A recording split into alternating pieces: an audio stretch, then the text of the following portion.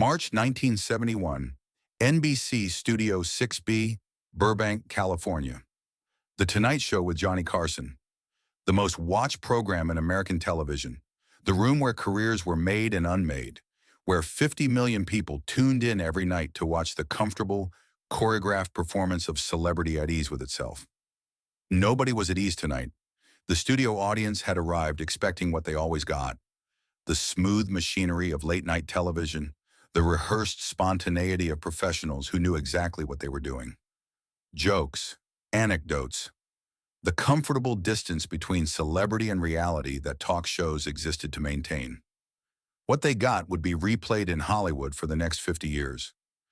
Lee Van Cleef was 50 years old and had been waiting for this moment for a decade. The angular face, the pencil mustache, the lean, hard-edged silhouette that had made him one of the most recognizable screen villains in cinema history. Tonight, none of it was performance. The face that had frightened audiences in 100 westerns was frightening in a different way, because this time the man behind it was not acting. Clint Eastwood was 40 years old and had arrived expecting a routine appearance.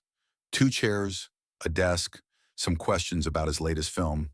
The ordinary commerce of promotion that stars accepted as the price of visibility.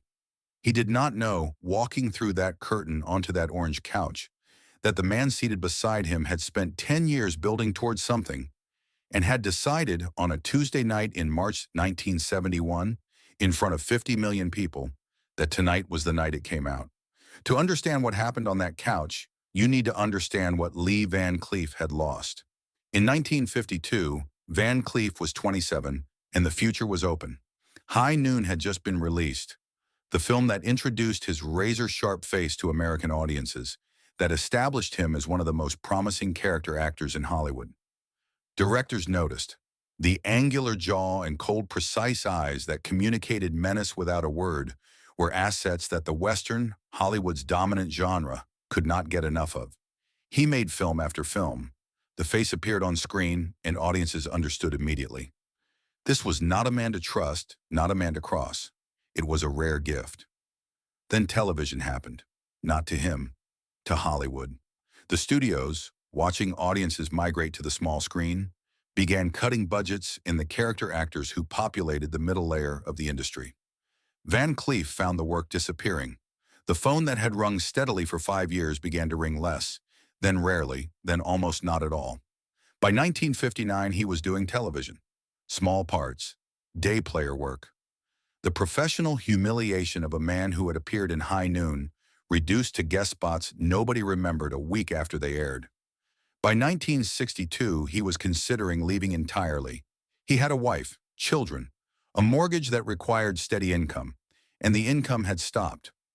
Lee Van Cleef, at 40, was a man whose career had quietly, without announcement, without drama, ended. And that was the most corrosive part of all. Then in 1965, Sergio Leone called. Leone was making a sequel to A Fistful of Dollars, the Italian Western launching Clint Eastwood to European audiences. For a few dollars more needed a villain, cold, precise, dangerous. The kind of face that communicated menace without effort. Leone had seen High Noon. He knew exactly who he needed. Van Cleef flew to Spain, shot the film. The role required exactly the qualities Hollywood had spent 5 years failing to use. The good, the bad, and the ugly followed. Angel Eyes, the most dangerous man in Leone's masterpiece. When the trilogy reached American screens, Van Cleef was suddenly, unexpectedly, internationally famous. He was grateful. He was also watching something. He was watching Clint Eastwood, his co-star, the man whose career had been launched by the same trilogy, become the biggest film star in the world. Dirty Harry, play Misty for me. Clint transitioning into American productions, accumulating year by year, the industry-standing Hollywood had never given either of them. Somewhere in that watching, something hardened. A question that began quietly and grew louder. Why had Clint's career gone that direction and his gone another? Why had the same trilogy produced one man who conquered Hollywood and one man still making westerns in Spain? The answer Van Cleef arrived at, slowly across years of near misses, was this. Clint Eastwood had taken something that belonged to both of them, not stolen in the legal sense, in the softer, more corrosive sense, through positioning, through the accumulation of favorable circumstances, through the specific way one person in a room can arrange themselves so the available light falls on them and not on the person beside them. The people who knew Van Cleef would say, carefully, that the grievance had grown beyond what the facts could support, that Clint had not prevented anything, had simply pursued his own career with the relentlessness any ambitious actor employed, that the divergence in their trajectories resulted from 100 small decisions and the unmeasurable thing that determines why one face connects with audiences in a particular way and another, equally talented, does not quite cross that threshold. Van Cleef knew all this. On the rational level, he understood the story he had constructed was not entirely fair. But the level below that one, where a man who had been broke at 40 and forgotten at 45, was only now, at 50, rebuilding what the industry had taken, that level did not care about fair. That level had a name and a face and a specific couch in Burbank, California. And on a Tuesday night in March 1971, that level took over completely. The show began normally.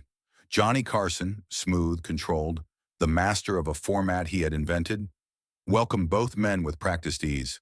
Light questions, film promotion, the comfortable surface of two successful men discussing their work. Clint answered with characteristic economy, short, direct, occasionally dry. He was relaxed. He had no reason not to be. Van Cleef answered his questions. Professional, doing what the format required. To anyone watching, nothing about the first segment was unusual.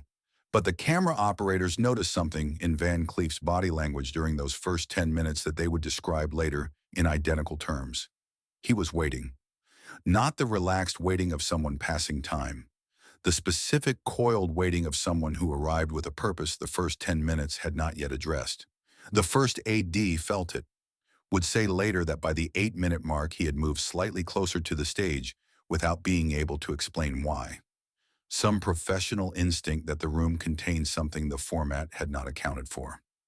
At the 11-minute mark, Carson asked a question he considered routine, about the Leone years, about working together. It was the kind of question that produced warm, nostalgic answers. It was the match. The room contained the gasoline. Nobody knew it until the match was already lit. Van Cleef turned, not the gradual conversational turn of someone addressing a fellow guest, the sudden complete turn of someone waiting for a specific word who has finally heard it.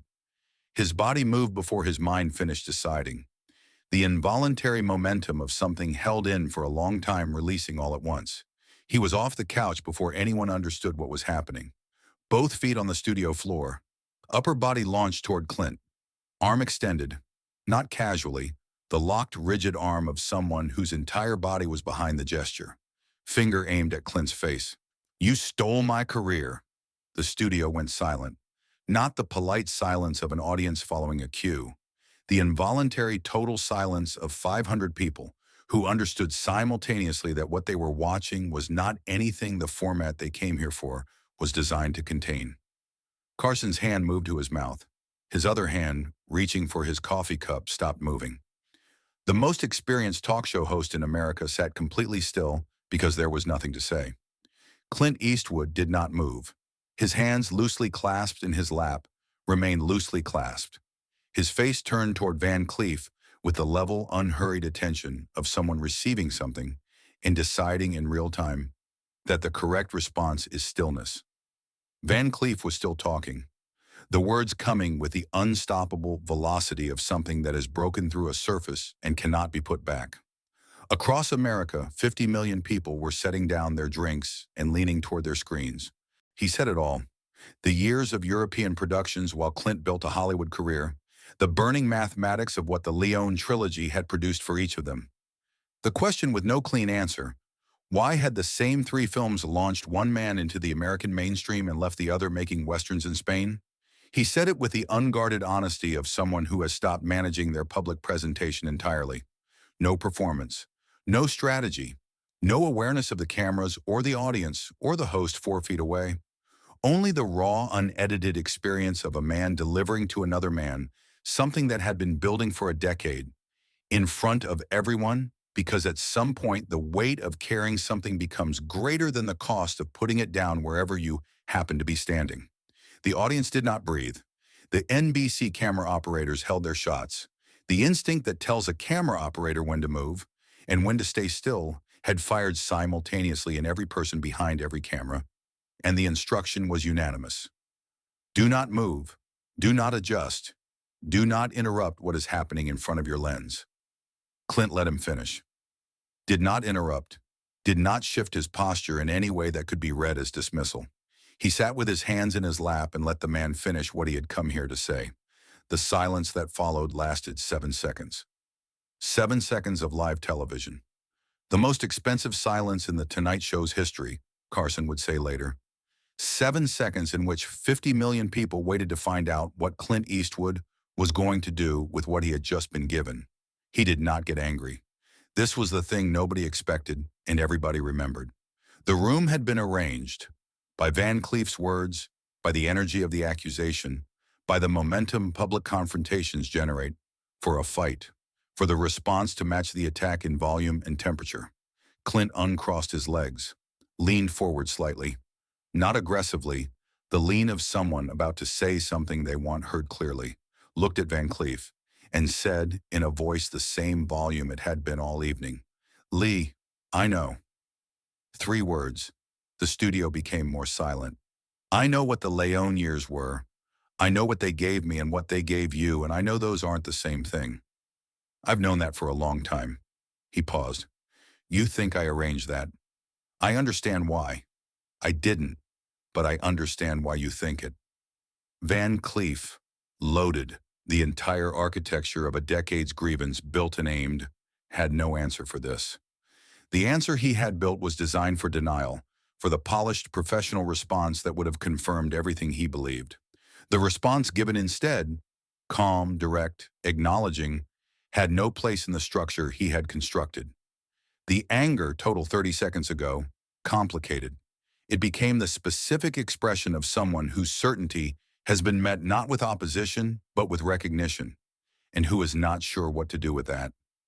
Carson quietly reached for his coffee cup. The floor manager exhaled. In 50 million living rooms, people looked at each other with the expression of those who have just watched something they will be talking about tomorrow. The commercial arrived 4 minutes later like a man showing up late to something already finished. The studio released something, not tension exactly, the specific pressure a room accumulates when people have been required to witness something without being permitted to process it. 500 people exhaled simultaneously. Van Cleef sat back, not with the deflation of someone who had lost, more complex than that, the settling of a man who had put down something he had been carrying for a long time and was still deciding whether he felt better or worse without the weight. Clint remained where he was, unhurried as always. Carson came around from his desk during the break. Not to manage the situation, it had managed itself. To say something private that neither man repeated publicly in the years that followed. When the cameras came back, the segment continued 6 more minutes, not with the electricity of what had preceded, with something quieter and more remarkable. 2 men talking about the Leone years, with the honesty of people who have already said the true thing and no longer need to perform around it. The ratings were the highest in the program's history. By morning, every entertainment journalist in America had the story. By week's end, it had become something the industry discussed the way it reserved for moments that revealed something true about how Hollywood worked and what it cost. Lee Van Cleef and Clint Eastwood did not become close friends. They were not enemies.